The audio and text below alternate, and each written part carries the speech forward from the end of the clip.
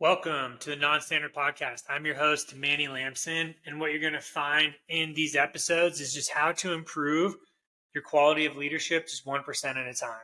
We don't cover very extreme things because you'll find out that leadership is about consistency, doing the basic things great, and understanding people at the utmost ability to help them get to where they need to go. So I always have a guest on my show, and these guests are going to provide you with some of the basics that they lead by, some of the examples throughout their life, their story. And then also we cover my leadership philosophy in there as well that has helped guide me in becoming a leader as well. So again, the intent here is just for you to learn. And I hope you do. And if you do, you know what to do. Just save, share, like, or follow, anything you got to do to continue this journey. I look forward to doing more and more of these episodes. And with that being said, let's get on with today's episode. What is up, everybody? Welcome back to the first episode of 2026, year 3. And I'm joined with Jason, who has worked with the New York City Police Department, SWAT, patrol, detective, every aspect you can think of to help him develop as a leader. Now he focuses on speaking on leadership, mental health, and resilience as well. And I'm just going to get straight to it. Some of the things we talk about, and there's a lot: morning routine, walking, leading by example, buy-in, convenient amnesia, which is a new one to me, but it's a great little leadership trait to look at. Culture is relationship. Relationships aren't easy. Communication is key. So just a few of the topics we talk about, and it's a great conversation. I hope you guys enjoy it. Without further ado, let's get going. All right, welcome everybody to the Non-Standard Podcast. Just like you heard in the intro, I'm here with my man Jason, and I had to hurry up and hit record because with most of the people I talk to, we already start talking about like leadership stuff, and it just, the juices get flowing. And so I was really excited for that. But yes, let's do this. Let's get going. Everybody who's listened before, those who haven't, we always start with the 3 H's: hometown, heroes, and hardships. And the reason I bring that up is because, like myself, you listening, we don't know Jason that much. Like I've only had one call with him, and it was like a quick Instagram call. Other than that, I just got his information from a friend I had on a previous episode. But it helps us go into the show and understand where we come from when we talk about leadership. We can give you all the tips and tricks we want, but it doesn't matter if you don't understand who we are, why we breathe and live these throughout our lives, and it helps you sort of tie it in as well. So that being, without that being said, Jason, I'll hand it over to you. 3 H's. 3 H's. All right, so we're going to go hometown. It's a little tricky because I'm a New York City boy. I was born in the Bronx and lived there till I was about 12, 13, and then I moved to a city just north of New York City called Yonkers, which is now the 3rd largest city in New York State. So it's densely populated. It has that small yet big city feel because I feel like everybody knows everybody. But I think square miles wise, it wasn't a very large city. I moved there when I was like 13. And I kind of claim that as like where I grew up, right? Because that's where you have all your life experiences. Are you in your friend groups? You're going out, you're hanging out, you're trying to figure out who you are as a young person, and that kind of molds who you're to become as a young adult. Moved here when I was like 13, and then I went to a trades and technical high school, so they gave you an opportunity to kind of figure out what kind of path you wanted to take in life. So I took a trade. I took HVAC.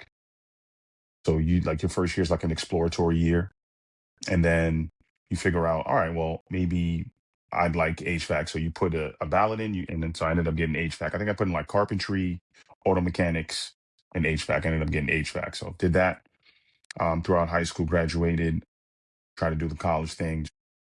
Wasn't really for me. And ended up taking a test to become a police officer. I took several exams to become a police officer. And that's where like the heroes come in. There was a guy from my neighborhood, and his name was Charlie Walker. I never forget him.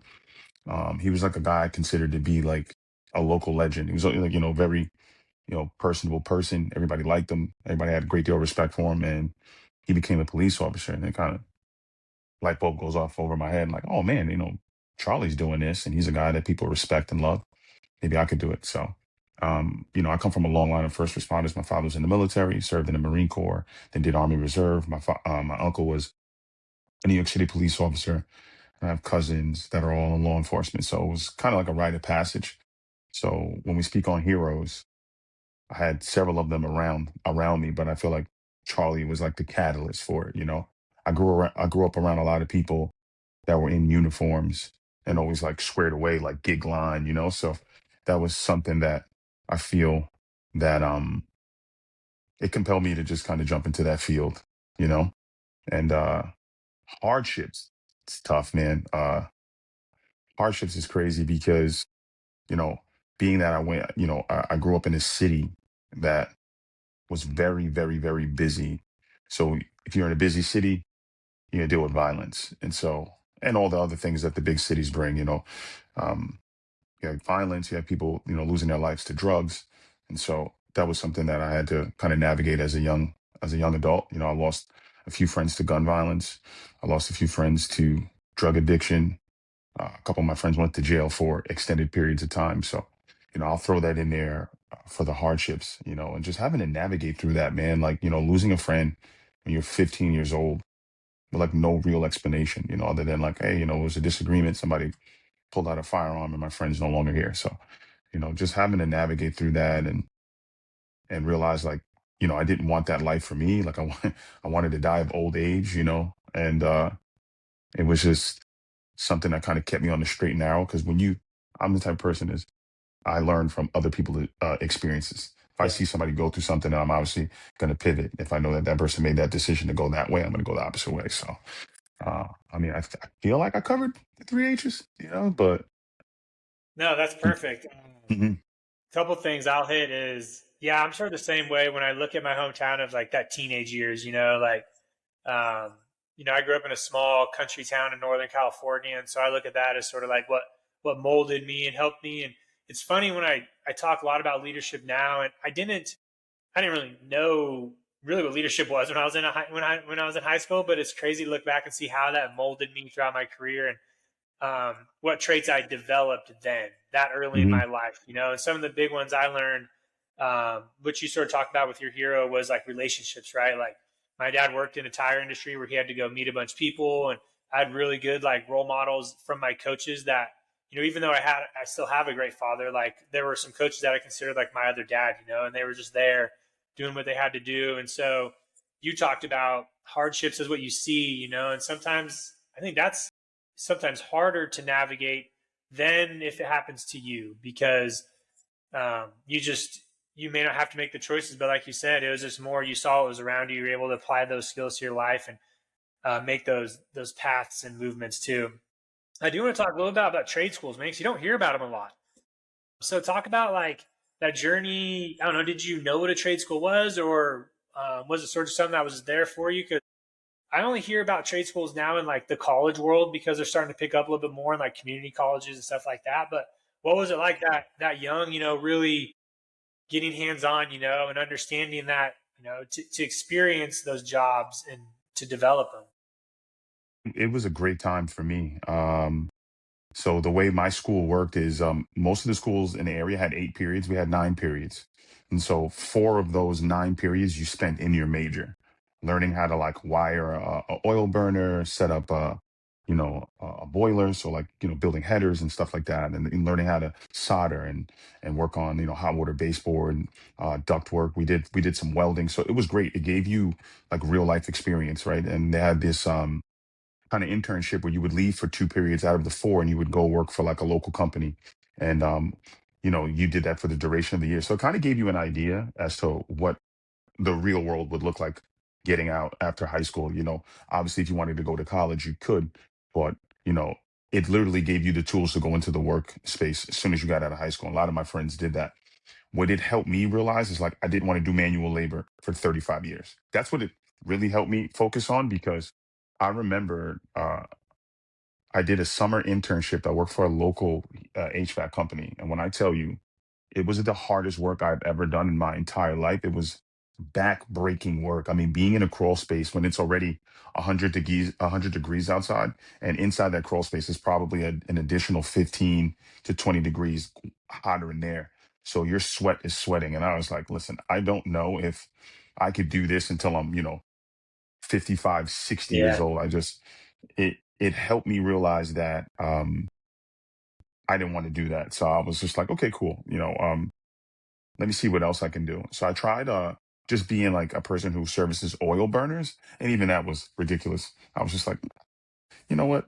let's go the police route. But it was great, man. It helps you learn responsibility at a very young age. And actually, one of my mentors, I met one of my mentors in that class, and that was my teacher's name was Mr. And he was one of the one of the first men in my life that kind of gave me the tools to succeed outside of my immediate family. So he was the one that kind of taught me about long term and short term goals. He actually printed out, I guess it's something that he used and he felt like compelled enough to give to me. He printed out like a sheet, like, basically all the objectives you need to accomplish your goals. And he had it in short term and long term. So I applied that to my real life. And I did that for, getting into the academy and doing those kind of things. I mean, him giving me that was priceless because, I still use those things to this day. And I've been out of high school for 25 years, 26 years. Wow. That's how old I am. Yeah, it's trying to think 2005 for me, so 20 years. Yeah. Yeah, Okay. man. Yeah, I became a No, cop in that's cool. 2005. Yeah, that's just the trade school thing is just something I feel like you guys I just never heard a lot, and so when I heard somebody say trade school, I was like, oh man, that's cool. I look back at those hand, skills, like I worked at a tire store going through high school, so just understanding like what it was like to just get down and dirty, and then just like grind, and I think that's what helped me through a lot when I joined the military, going through the job I had to do when I enlisted, which was really physically demanding. It was just one of those things like, man, just keep your head down and just keep moving. Grind it out. Yeah. Yeah, and that's why, we were talking earlier about Goggins, and one of the things I've learned, and I try to teach a lot of young people when they ask me about this, is just grit. Like understanding, like, dude, you don't have to be the smartest, you don't have to be the most capable. You just don't quit. Just like keep going, and like that right there is probably going to get you through like 90% of any situation. I Is tell that my little high grit? school athletes that, hard work beats talent any day. I can show you a kid who's naturally talented who won't go as far as the kid who goes over film and is extremely regimented about what he puts into his body, how he builds his body, and how he recovers. I think now is even easier for young adults to get into that space because there's so much knowledge there. When I was coming up, I didn't have like there wasn't really YouTube. You could really Google things like that, right? Yeah, I had to go to Encyclopedia Britannica to get any kind of information. So, you know, um, I tell my young athletes this all the time, man. It's, you know, for me, I wish I would have fell in love with the process at a lot younger age because I think I would have probably have went so much farther in life. Like now, I'm so just regimented in what I do on a daily basis. It's like I wake up and I do the same things every single day, and now it's just natural. So, to somebody else, it's like, "Oh, man, how do you do it?" And I'm like, it's the same way you guys get up and brush your teeth and go about your day. That's the same way I get up, move my body, and do the things that help me succeed. You know, I guess. I Yeah, it's mean, a lot of definitely people. interesting to look at my routine now and then look back and be like, man, why couldn't I have started this when I was like 20, 25, 30? I started this like 35, like hitting these routines and building these habits.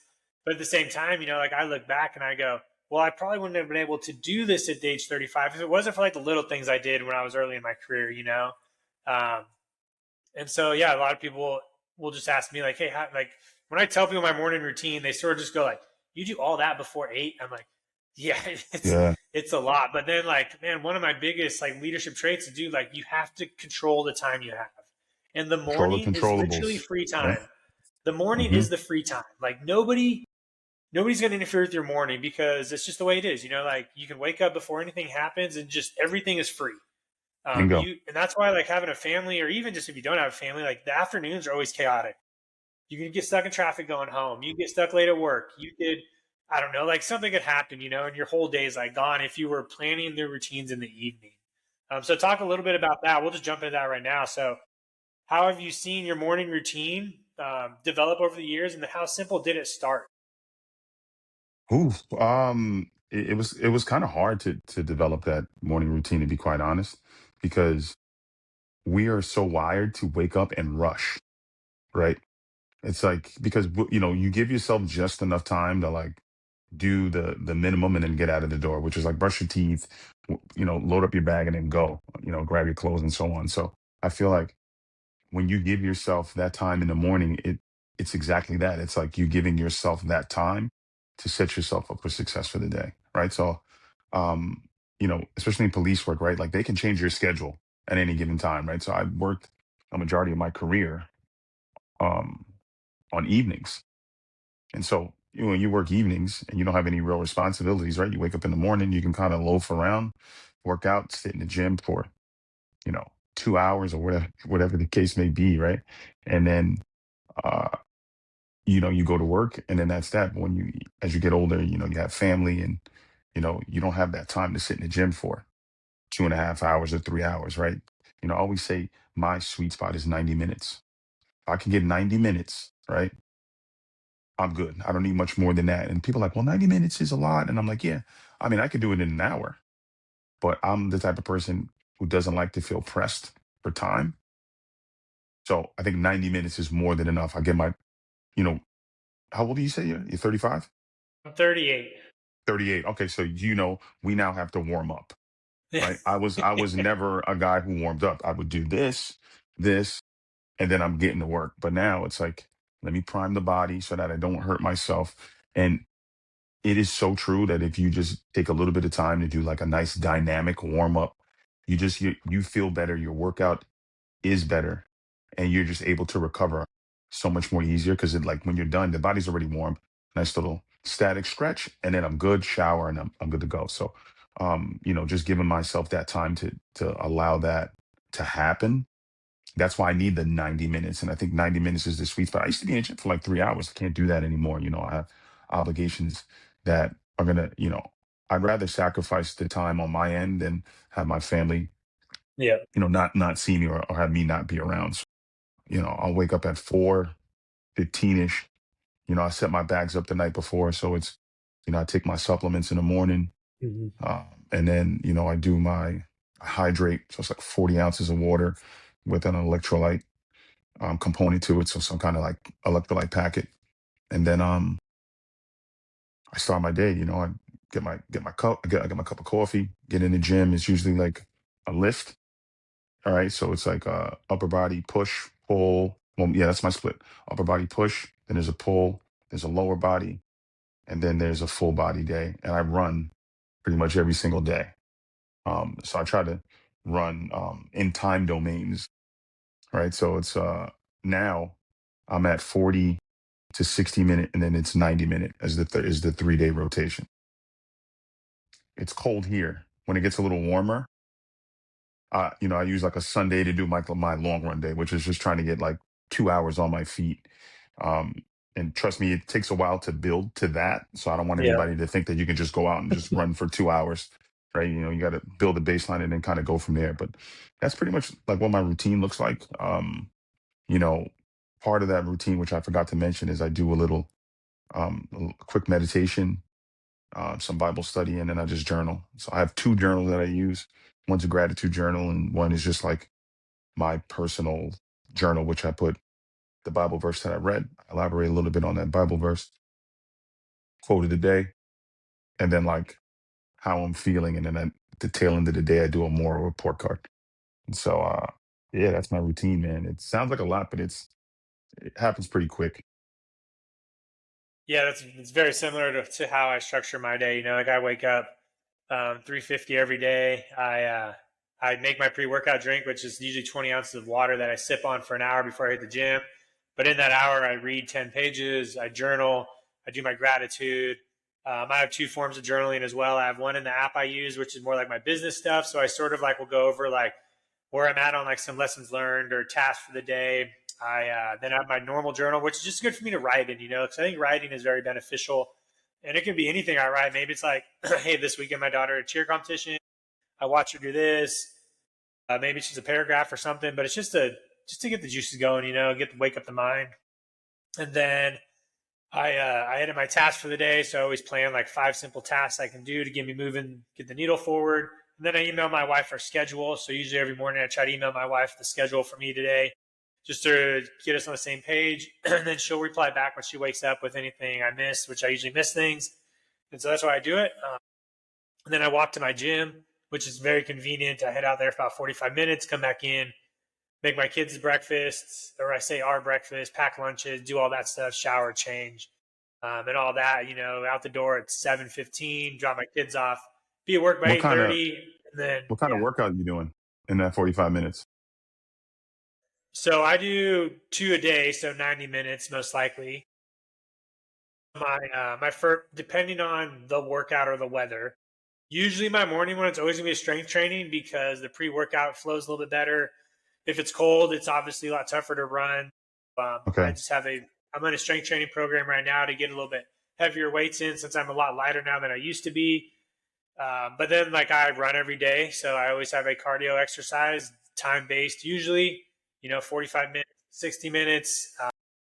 I've been trying to do some zone two, which obviously is very difficult to learn and manage, but Game it's been changer fun. though. It's very difficult though.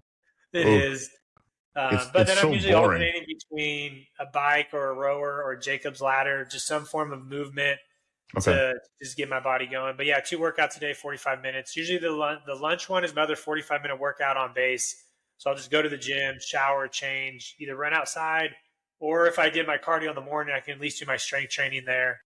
If I don't do that one during lunch, let's say there's like something that happens during work, I usually just text my wife, like, hey, I'm coming home, get the kids ready. We're all going to go to the gym together and we'll all work out together, That's get my awesome. kids out there.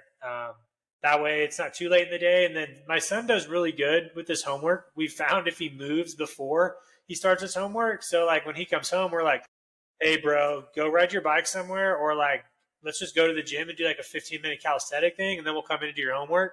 And we found his juices are flowing a lot better than him just coming back home from school off the bus and then like trying to focus. So they love obviously working out with me since they've seen me do 75 hard and like do this journey in my life. It's like part of our routine now. Okay. So there's that part of it. I think your son and me are very similar. I'm a lot better, but like when I move prior to doing anything where I have to sit down Yeah. for prolonged periods of time, I had ADHD growing up, so it was like, and wasn't diagnosed, you know. So they were like, "Man, this kid is just always bouncing off the walls." That's why I love sports because I feel like I can get that angst out and then kind of just now I got that energy out. I can now focus on something I need to do if I need to sit at a desk. I didn't figure this out till I was like in my late 20s, and I was like, "Oh well, now we got it." So something to think about. Yeah. It's funny. Like, we just started doing it recently because my wife took him to the gym and she texted me. She was like, hey, Connor did really good on his homework today, and he said he just felt better after moving. I was like, well, let's just start doing that, like Just because implement it. Yeah. it's like I don't want to like make him do the things I did growing up because if it's not for him, why put him in this habit that if it's not going to make it inclusive to him, like, and I don't mind it, I love working out with my kids. So if he's just like, and it's sometimes I'm just like, dude, go ride your bike to the neighbor's house really quick, go pet their cows because they have like cows down the road, so at least he can get outside, Wow, walk to their house, say hi, and come back, and his mind's going. My daughter that's is like the awesome. exact opposite. She can just come home and just like focus on her homework, do it, get done, and leave. And so it's like Yeah, it's fun. But she's still, but yeah, the gym has like been a part of our non-negotiable routine for all of us. yeah, that's a And I think it's non-negotiable only for me. because when I did it to change the way I live, they saw like how much of an impact it had, not just on me physically, but like as a dad, and as a Hmm. worker. And so that's why I work out so much with airmen here on base, and I open my house and my gym to anybody to come work out with me, just to be like, dude, like, let's just. And you've seen it, like you get to know somebody a lot more outside of like a workplace. Like there's airmen who will open up to me in the gym that I don't even know that well. I don't work with them, but we're in here talking about life choices, or like our kids are, just troubles, and it's like a free space, where there's no repercussions. You're all working together, you're grinding, and it just opens up the mind. I feel like it's an icebreaker because I've sat in on like men's groups, right, where it's a group of men in a room, right, and they're talking about their feelings, right. I've done that same meeting in a gym with three guys that I've worked with, and I feel like when you're moving weight and you're talking, it doesn't make it seem like you're as vulnerable, Yeah, right? yeah, yeah. So it kind of takes their mind and it puts it at ease. Like, well, all right, I'm in here, we're in here, and we're working towards a common goal, right? Which is to better ourselves. So we're moving our body, but we're also partaking in fellowship. So they kind of let their walls down a little bit, and I've had some of the greatest conversations mid workout. Just chopping it up with guys. And I always say you find out a lot about a person in a workout. So Yeah, I Noted. do a lot of rucking with the airmen now, and one of my favorite quotes I put after is like, "We solve the world's problems in 2 hours of a ruck, man." Because I swear in these ruck conversations, because we're walking, so the conversation is really easy to do. Man, we're talking about like we talk about all this stuff, man, like politics, faith, all the stuff you're not supposed to talk about in a setting. We talk about it, but because we're comfortable and we're honest, like we'll talk about just like stressors we're having at work or at home, and it's in 2 hours, and we get done and we all just sort of like, man, that was nice, like it was just like refreshing, and it's nice because it's Saturday morning at 6 a.m., so we're done at 8, and like the day hasn't even Also, it's started. done early. Yeah, Yeah. yeah, yeah. So, you know, So you're that's why I walking say we with solve weight the on your world's back. problem before 8, man, because we get done Yeah, and we're just like, that was nice. that's awesome. You know what? Now that you mention it, I think I'm going to try to implement something like that with my guys because I'm looking to do something with the guys that I work with, to kind of bring them together. But I have to make the barrier of entry something that everybody can Yeah. do. So I feel like if you invite people to work out, they may feel like, hey, you're really fit. I don't know if I can work Yep. out with you. So Exactly. I feel like if you say, hey, we're just going to go for a ruck, Yep. any and everybody can ruck, right? Because Yeah. I've invited guys to go run, and they'd be like, well, I'm not the greatest runner, but a ruck we all can do. So I think I'm going to implement Yeah. that. So And thank you for for me, that, it's as Gem. simple as like, dude, just come walk with us. Like, I don't need you to carry a weight. People don't Mhm. people don't realize the benefit of walking. You probably know, like, dude, it is literally the best exercise, man. There's a Game reason changer my for me. wife and I, one of our like non-negotiables we try to do if we can is just go take the baby in the stroller for a walk in the evening, even if it's just like Hmm. 20 minutes. We talk Yep. about the day. We it's just, oh, man, walking is just phenomenal. I try to hit 9K steps a day. That's like something that's like Yeah. I've been trying to do. It's so hard here sometimes though, because in the winter here it's brutal. Right now we got the snow coming down, so But I have an assault run in the garage, so I'll try to knock Nice. out my steps today. But walking is the greatest thing for you, and everybody can do it. So thank you for that, Gem. Appreciate that. I'm gonna try Yeah, to no, implement good. that with my guys. All right, so let's see. We talked about, yeah, that was this topic of the trade school. So we hit that in the morning routine. We hit our hardships. We hit our heroes. Um, we've already discussed your career a little bit. So just walk us through maybe a little bit about your career and maybe any leadership highlights throughout the way. And then we'll dive into my leadership philosophy after. But you hit a little bit of it, but just maybe there's some other things that come up. Okay. Yeah. So I've been a cop for 20 years. Started in NYPD. Was there for two and a half years. And I was in this thing called Operation Impact there, which was just a very proactive form of policing. You went out there and just produced. It was put in place to prevent crime. So they would put an influx of officers in a densely populated, high crime area, and it was to reduce crime, and it was extremely effective. I did that for two and a half. Well, right before I left, I went to like midnight patrol, and then I transferred over to my respective department now, which is the city of White Plains.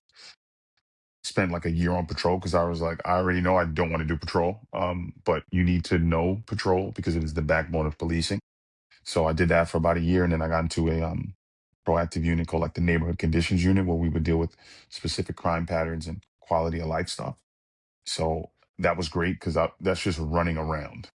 So for most, guys in law enforcement, they're adrenaline junkies, right? Especially when you're young too. So, as a young man running around and being proactive is probably one of the greater things that I've done in my career. And then I went over to emergency services, which is like SWAT, but like in the Northeast, we do rescue as well. So you go to SWAT school, which is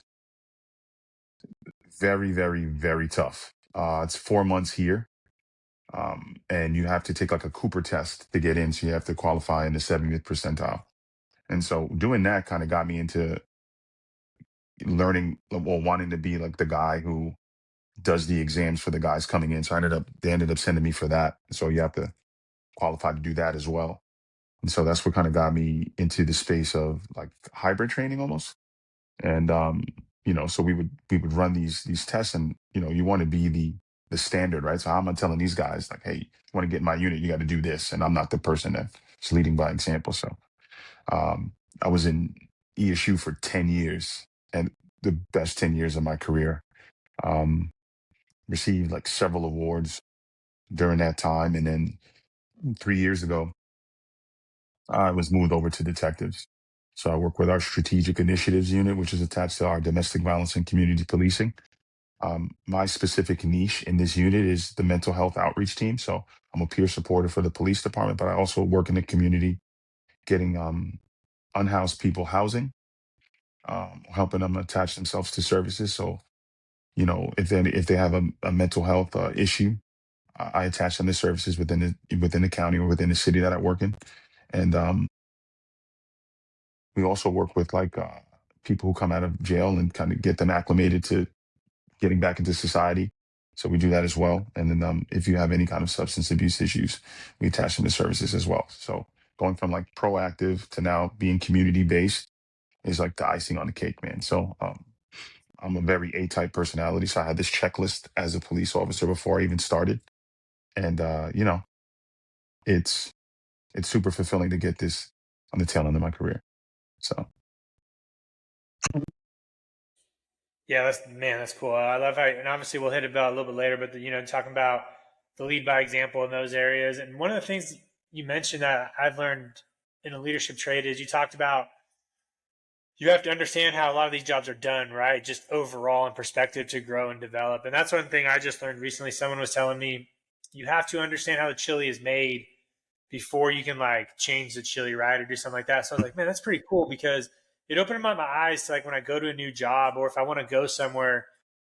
And so in the military, it's weird. Some of the jobs I have as a supervisor, I'm supervising a job I don't know.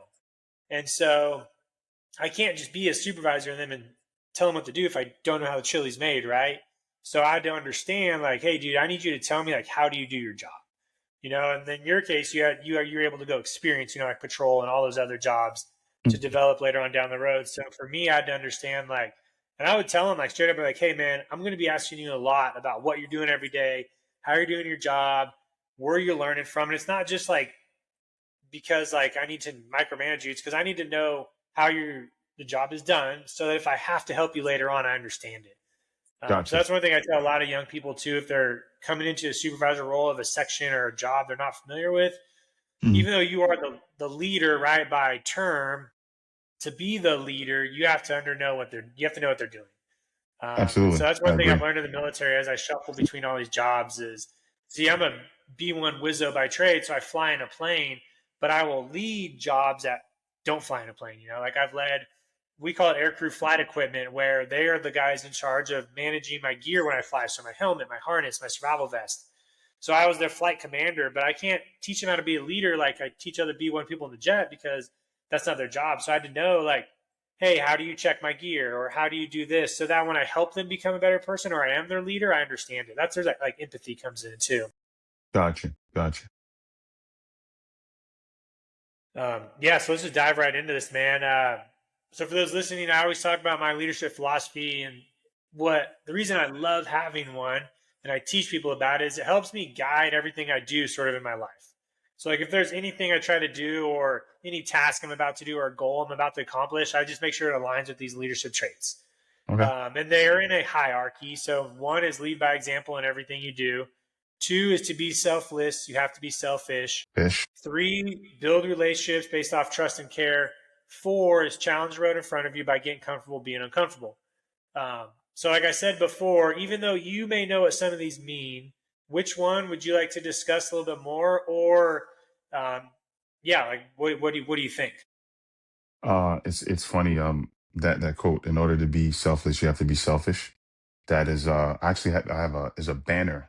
So we do a summit here every year, and they actually took that quote and put it next to a picture of mine. So it's funny that you mentioned that because I am a firm believer in that. In order for you to be the best version of yourself, you have to make sure that you take care of you.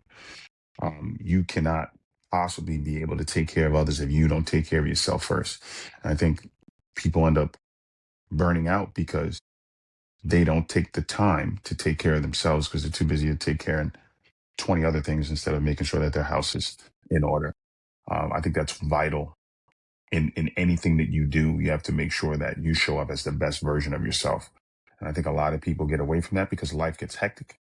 And we forget that, the most important piece to this whole puzzle starts with us, and, leading by example too. I mean, I love that you mentioned that because I feel like leaders who lead understand the position and the role. So I can't tell someone else, hey, you need to do this if I don't know myself what to do, or put myself in positions to understand what it is that they're doing. I think that is the best quality that a leader can have, is making sure that you're telling your subordinates what to do, but you understand the role that they're in and you understand what it takes to do it. So that way you have comprehension on both ends, right? Because you understand how it's done, right? So if they tell you, hey, it can't be done, I don't understand why, but I'm telling you, like, I've done it, and there's 10 different ways to do it. You're just not doing you're not doing it either the way that I'm telling you to do it. Then you can figure out your own way to do it, but there's a process to it. I've done this, and if it didn't work this way, then I tried it this way, and if that way didn't work, there's another way to do it. So it just helps you supervise a lot better. And I also feel like, and this is from being a subordinate and seeing leaders and being the leader, getting the directive, if you understand the role, right?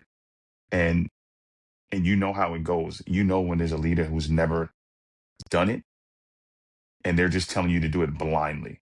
And you can't get people to buy in like that. You can't. It is absolutely impossible, because now they're looking at you and being like, this guy's a fraud, or this guy is just, you know, the military is a little different. I feel like here in like law enforcement, if you're just a good test taker, you can become the chief of an entire department. You know what I'm saying? And it's like,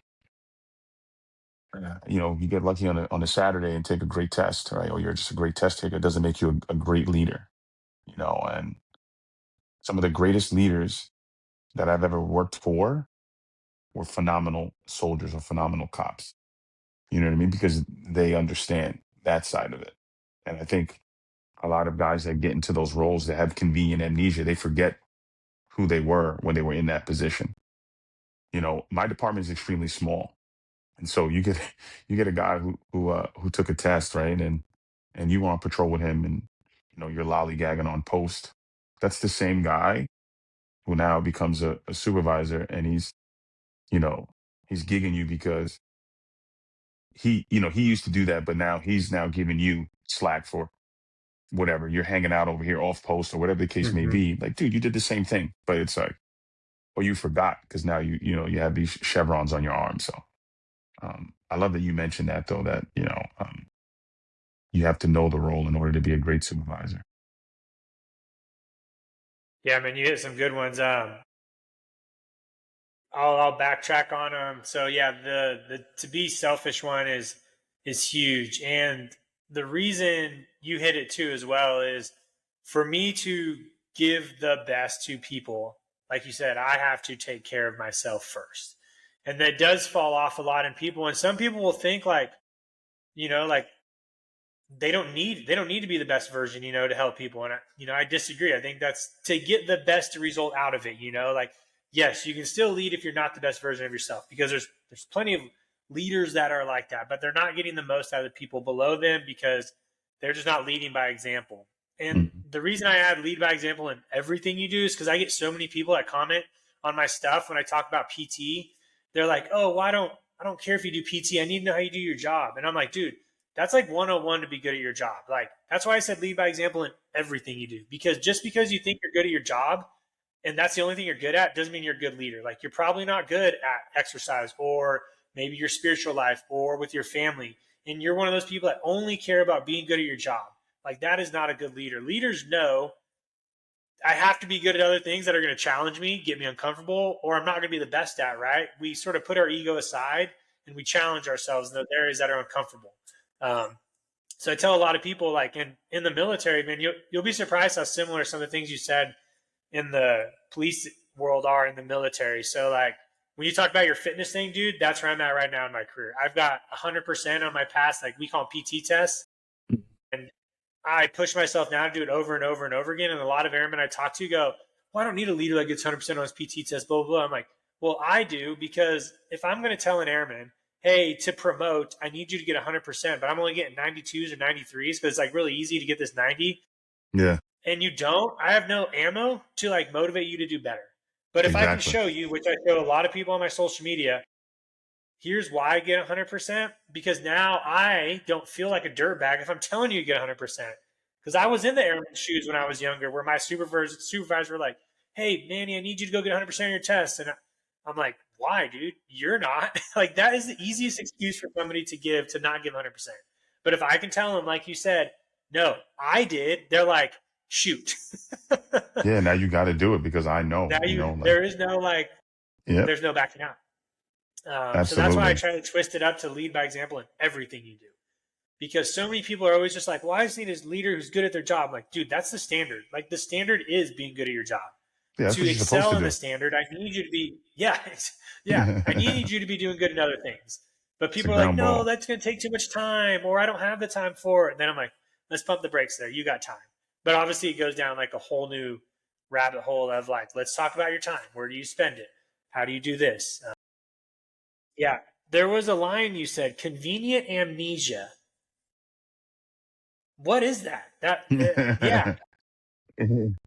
It's a saying that we throw around up here, man. It's like guys forget who they once were. It is so, but it when it's convenient for them, it's like, you know, Oh, I get it now.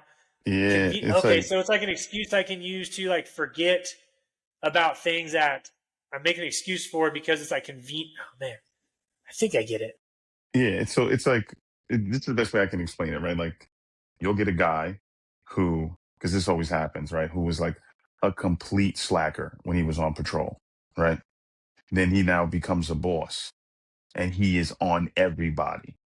He is on everybody for everything and all the things that he used to do. He now suddenly forgets that he was this kid that he's like, oh, well, you, your uniform looks sloppy. Bro, you look like shit when you were on patrol. But now you're giving this kid, a write up because, his appearance. I'm like, bro, you used to come in here sloppy as hell. But now he's a boss. And so he has to puff his chest up and tell these guys, well, you need to be squared away every single day. Oh, you were never that guy. So that's what convenient amnesia is. It's funny because I think as guys move up the ladder, it happens more and more. Yeah. That's good. I like that. Some of the things you said about like promotion and stuff like that. So the Air Force is it's pretty similar. So we take a test for every promotion we get, and it's all like paper based. So there are a lot of people that can move up the ladder pretty well. But like Hmm. you said, when you move up, it's harder to obviously become that better leader just because of what you did on a test. And so, unfortunately, we see a lot of those leaders fail at a really high level in the military. So, like, it's pretty easy to make the lower levels promotion because leadership is very much like supervisor driven. It's like get a task done, manage your team, do what they got to do. But as you promote and get higher up on both the enlisted and the officer side, you understand leadership isn't about doing the job anymore. It's more about leading by example, building relationships, all like the other stuff that you didn't really get the test on when you're at a lower level, but are really going to play a factor in how well of a leader you are. Okay. Because you're not doing the job as much, right? As like a higher leader. So like I look at, for example, like a commander or a director or like a squadron commander or a base commander in the military aren't necessarily like you're usually flyers, right? So they're not flying the plane as much in that aspect of leadership, but they're having to do other forms of leadership outside of their technical job. And so Right. that's why at the lower level you can like promote quicker because you're more technical and tactical. But then when you get hired, it's not like that. I don't know if it's pretty similar. Like when you're like the head of a department, you're not on the street as much, but you have to still understand those different form of leaderships to get those people to do what they're doing. So you sort of sink or fail, or sink or swim. The higher you get, but it's like at a faster pace. Okay. Yeah. Yeah. Well, so that's it. So it's exactly the same way in It's pretty similar, policing. yeah, yeah, Yeah, because I feel like the more you move up the ladder, the more detached you become from patrol. And patrol is yeah, like the exactly, yeah, basis of like policing because those are the guys that are out there every single day dealing with the changes in laws, the changes in society, you name it, they're the first ones to feel it. So when the ripple effect happens, it's more direct upon patrol than it is at the supervisor level, and then like obviously, sergeant is the first line level of a supervision, and you have like lieutenant, and then you have captain and so on and so forth. So like the higher you go up, the more detached you are from what I say, like the cops reality, because these are the guys that are out there dealing with it.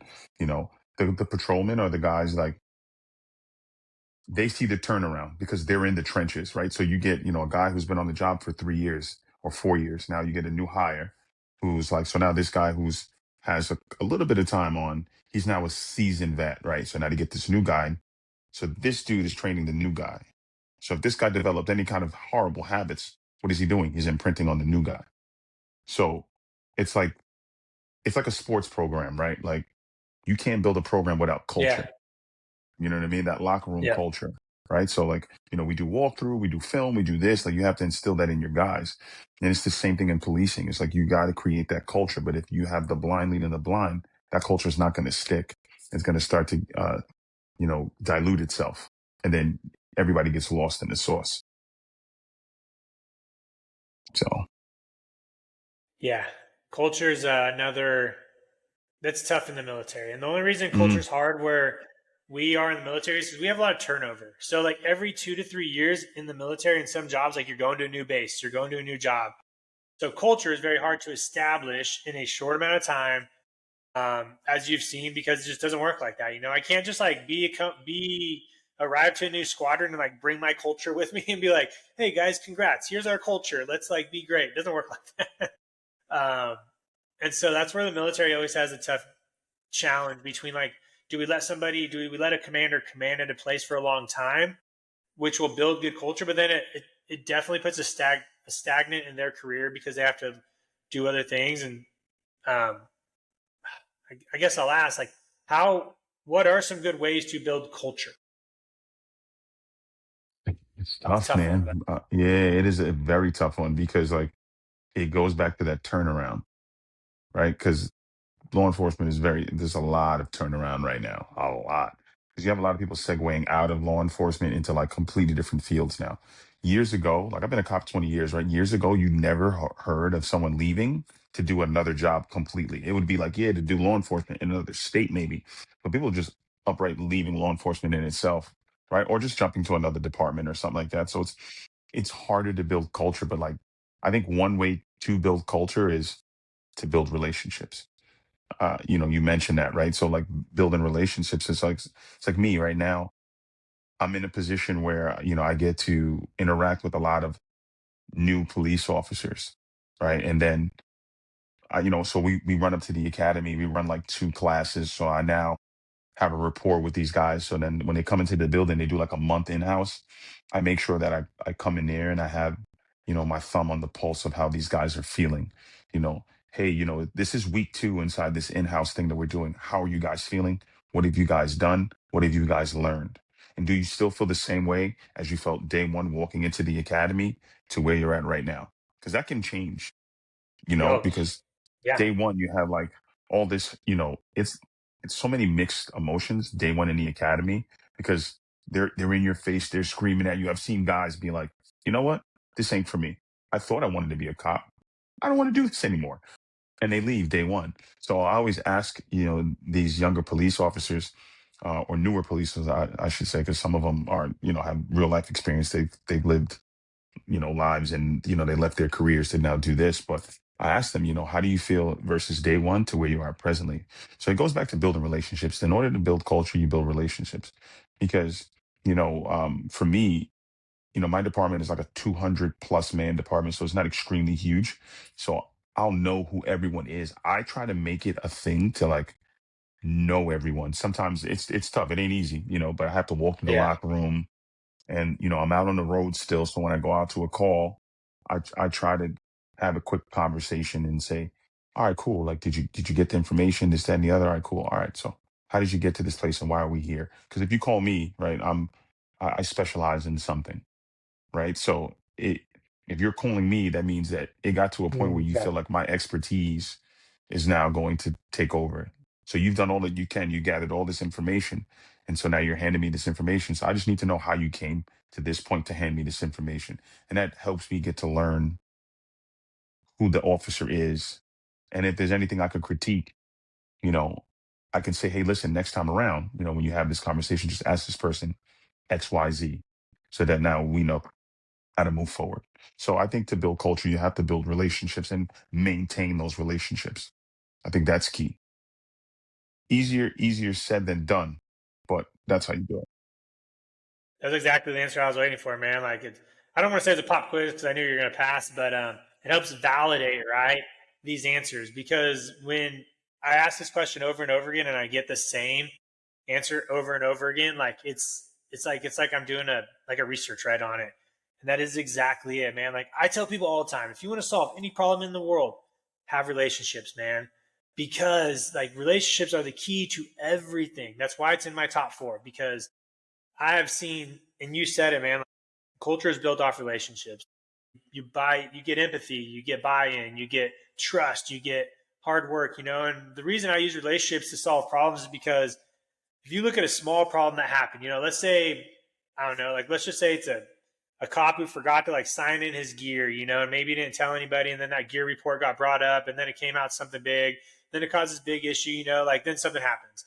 If you go down that lowest level, let's say that cop forgot to sign his gear in because he was just like done with the job, nobody cares why he's doing it, or he doesn't know anybody, so he's not like all bought in, and he's just like just checking the box, and he's just like whatever, it doesn't matter. Like let's just say that, but let's say he has relationships with the person above him who has to check that gear, or the person has to check it out, and he goes, man, I should turn this in because Johnny is about to sign it out, and I know Johnny. I don't want him to be like screwed over. Or if I don't check it out, or if I don't sign it back in, and somebody above me gets in trouble, well, that's Supervisor Mitch. Maybe he's a good guy, and I know him because we've got to know each other, and I don't want to screw him over. So like you almost get like this psychological test going on to somebody where if they're going to mess up, they're not thinking about themselves, but the other people it's going to affect. And Yeah, if you don't have those relationships, they don't care if they make a mistake. But if they I do, agree. that's just one extra way to catch somebody from making a mistake because it's not impacting him right now, it's impacting other people as well. It's powerful. So it can help stop a lot of those little things. You also said it, relationships are not easy. Not Man, at all. it is hard. And that's why I It think is work. leadership is hard. Yes. It's So constant work.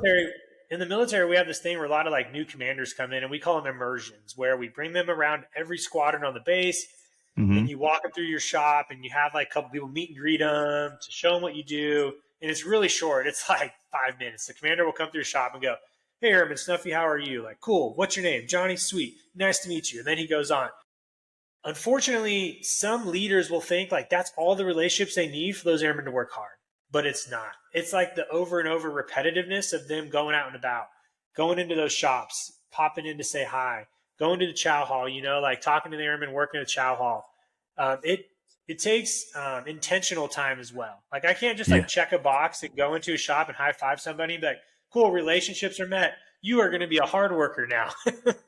You know what? An actual authentic conversation go a long way. Like if a lot of Yeah. people that walk through, Mhm. the locker room and be like, "Hey guys," da, da, da, da. But I'm like, if you know something about this person, if you stop and spend 3 minutes and ask that person about maybe, "Hey man, how's the wife and kids? Or how's that home project going, that renovation?" They know that you actually give a shit about them because how did this guy remember that I was doing my kitchen over? I told him 3 weeks ago in a quick conversation by the water fountain. I actually give a shit. So like, I was listening and I'm like, "Hey man, how's that going? Is it done?" "Oh man, yeah, dude, it went great. The tiling came out there.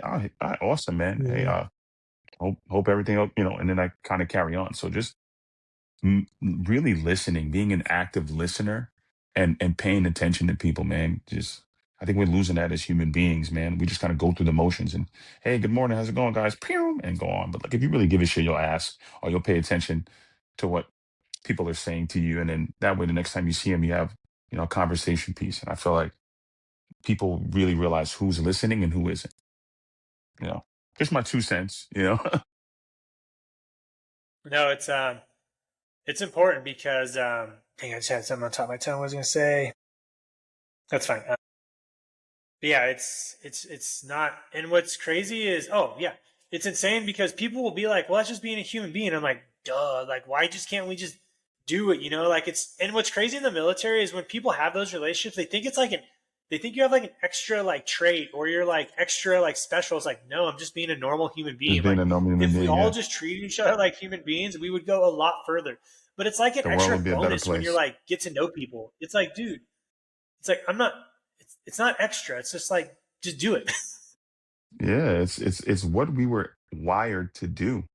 We're social Yeah, creatures. I mean, this is the yeah. way God created us, and I think, One of yeah, go ahead. I'm sorry. yeah, one of the things I was gonna say is, oh my God, it's gonna kill me now again. Budge. Were you going to say anything else? It might come back to me.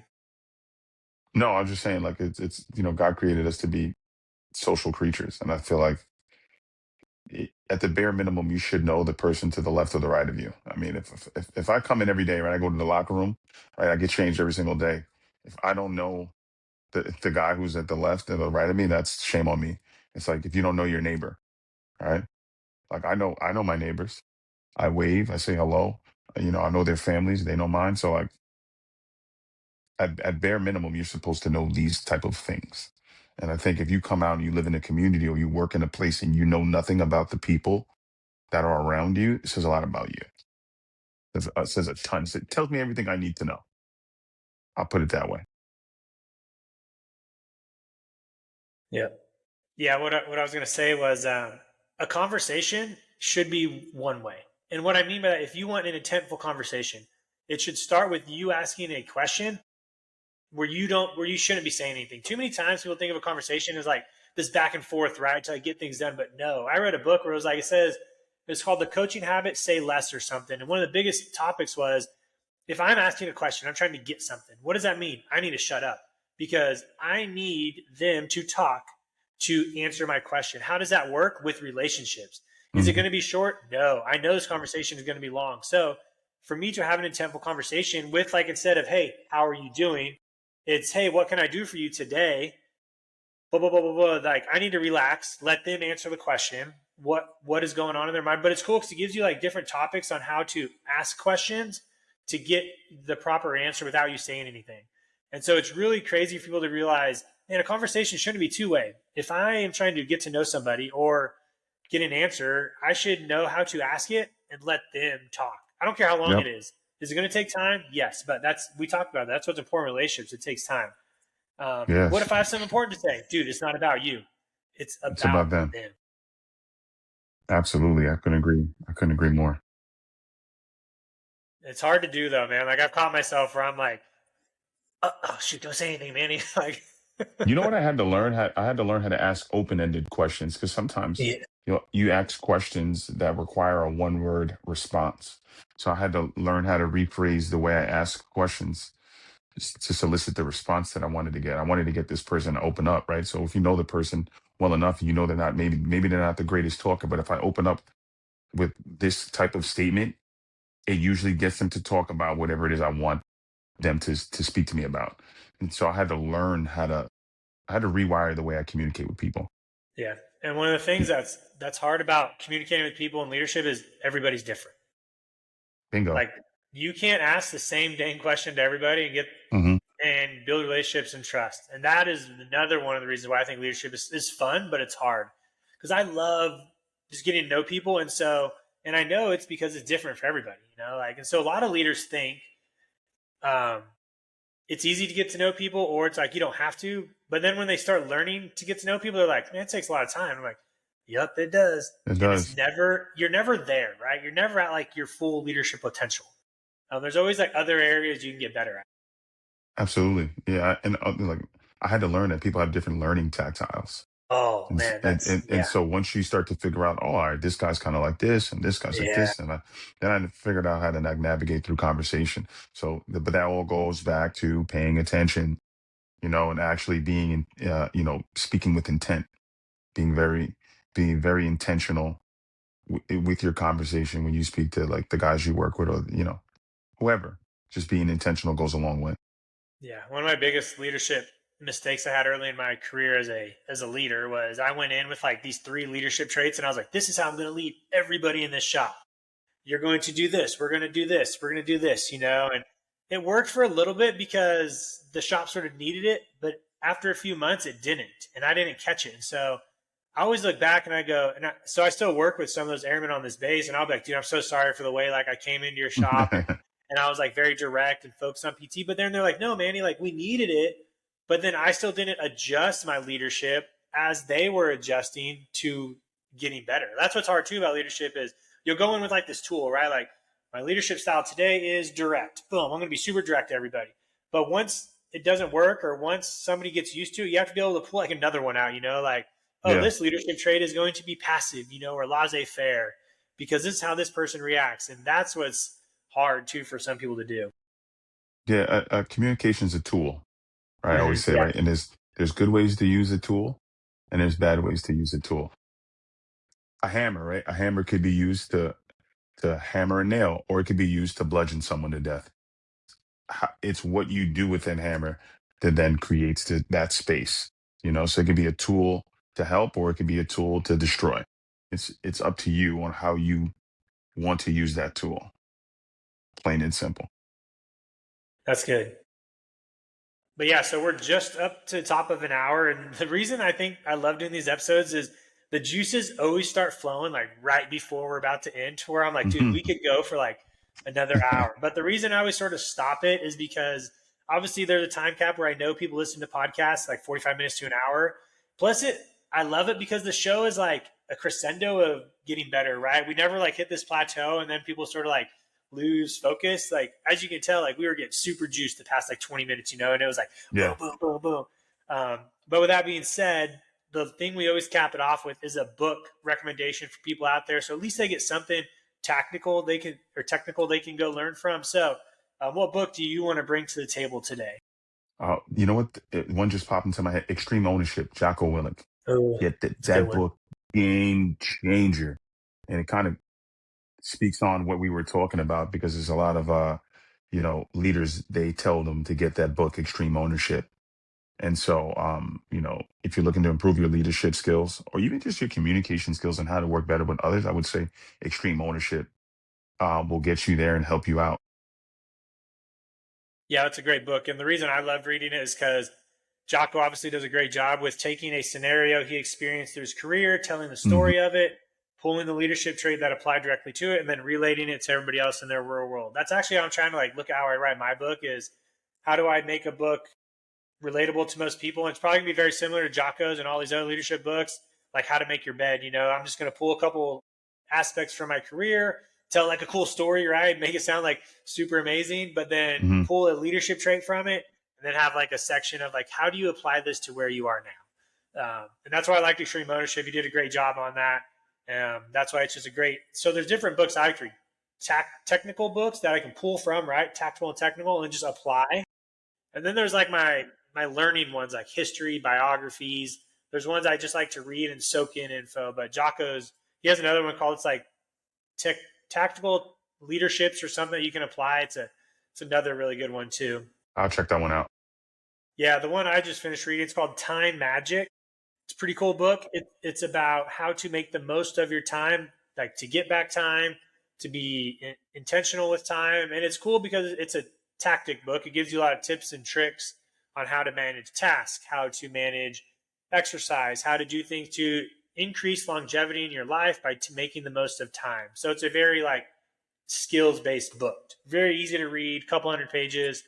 I just finished it a couple days ago, and I already have a few like techniques I learned from it that I already applied to my life, like a to-do list app, how to Okay. manage my to-do list, how to take important things and structure them and move them throughout the day. But that comes with routine and time that we talked about early on in the episode.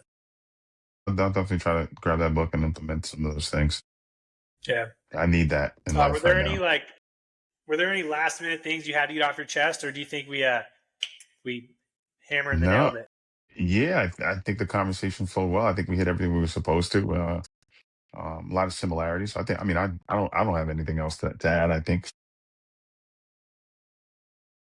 Yeah, no, I think it was perfect. I think it wrapped up well and smooth. And obviously, for everybody listening, thanks for listening. If you liked it, provide some feedback, save it, share it, do whatever you got to do. Jason, I'll drop your info in the notes. So if people want to give you a holler, they can. I'll drop the book recommendation in there. And until next time, man, go Pats. We got an hour till game time. Go Pat.